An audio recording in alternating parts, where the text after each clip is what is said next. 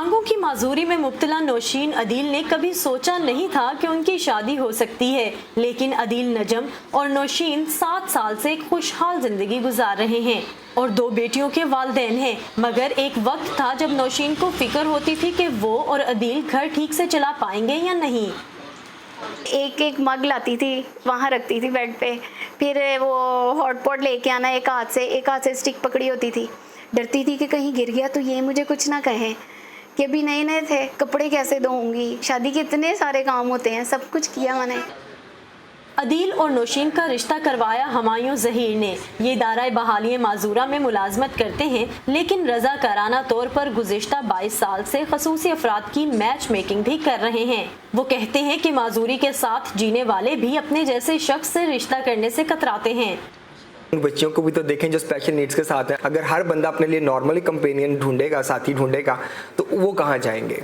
और physical disability के साथ लोग आते हैं, ब्लाइंड्स आते हैं, डेफ एंड म्यूट आते हैं। मैच मेकिंग का एक प्रोसीजर होता है हमारा कि अगर एक साथी की डिसेबिलिटी थोड़ी ज़्यादा है तो दूसरे की कदरें कम हो, ताकि वो आपस में मैनेज कर सकें लाइफ। सैयदा इम्तियाज फातिमा एक बेटे की वालदा हैं और 30 साल से माजूर अफराद के हकूक के लिए काम कर रही हैं। इनकी शादीशुदा जिंदगी सिर्फ 3 माह की मेहमान थी। सैयदा इम्तियाज के घर वालों ने उनके लिए एक गैर माजूर फर्द शादी के लिए मुंतखब किया था कि शायद वो उनका सहारा बने, लेकिन रिश्ता जहेज के मुतालबे से शुरू हुआ और खामिन के भारी तकाजों के बोझ तले खत्म हो गया। व्हील चेयर पर रहते हुए बेटे की परवरिश से लेकर रोजगार कमाने की जिम्मेदारी सैयदा इम्तियाज ने खुद उठाई। शादी के 15 दिन बाद ही अंदाज़ा हो गया कि ना तो वो कोई काम करते थे, ना ही घर वाले उन्हें रखना चाहते थे। उन्होंने तो अपने गले का एक बोझ उतार कर एक माजूर लड़की के कंधे पर डाल दिया और उन्हें लगता था ये पूरी करेगी। और 3 महीने के अंदर अंदर वो मुझे किराए के घर में छोड़कर मेरे नाम पर लोगों से कर्जा लेकर गायब हो गए। सोच की माजूरी लोगों को दिखाई नहीं देती, ये हिडन होती है और हमारी ताकत हिडन होती है। हमारी ताकत लोगों को दिखाई नहीं देती और एक नॉन डिसेबल की माजूरी दिखाई नहीं देती।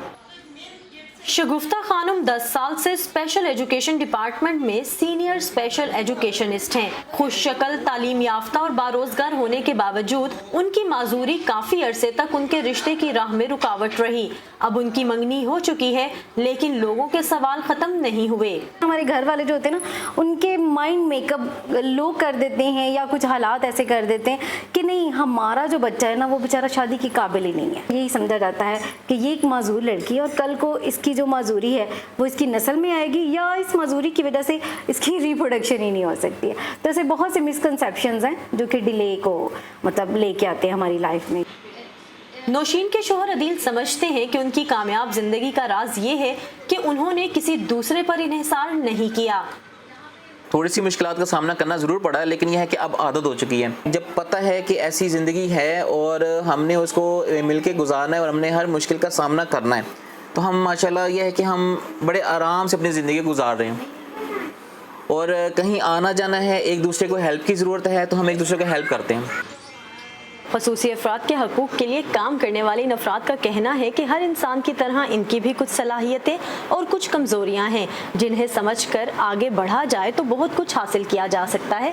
बस एक दूसरे को कबूल करने के लिए दिल बड़ा होना चाहिए। Saman Khan, voice of America, Lahore.